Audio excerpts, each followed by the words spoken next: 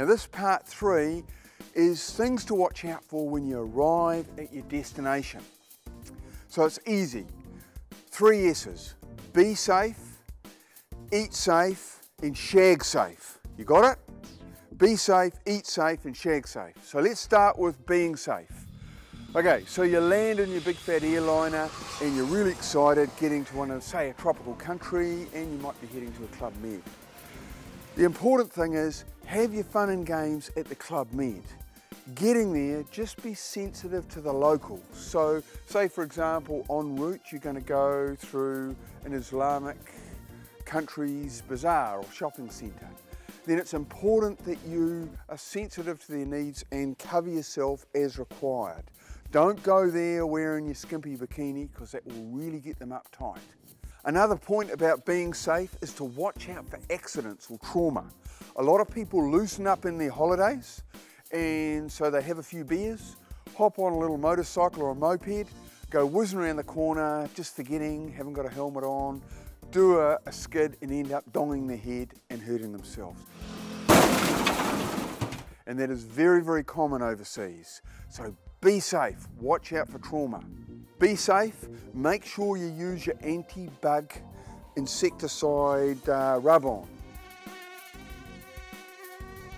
It should have a high level of what's called DEET, and that stops mosquitoes and some of these other bugs biting you. What tends to happen as the holiday comes on, you loosen up. You go to a barbecue and you think, oh, stuff it, I won't put it on tonight. And as a result, that's when you'll get bitten, and that's when you end up with dengue fever or malaria. So always put your anti-bug spray on, and if you're out in the evening, have a long cotton shirt on and long cotton trousers to stop being bitten. Be safe. Also, watch out for getting a hiding, assault, or even kidnapping. So it's really important that wherever you are in any of these overseas countries, you're around other people that you know and you trust. I would not advise you to go out alone. Always be with a crowd and let people know where you're going, because once you get out into some of these back alleys, you could easily be nabbed, whacked over the head, and someone nicks your wallet. Got it? Right. The second thing I want to get onto is eating safe. We're done being safe, now it's eating safe. Now in a lot of countries, hygiene isn't quite up to standard, particularly some of the tropical countries, and even some places in Australia, even in New Zealand. So you've got to be careful on hygiene.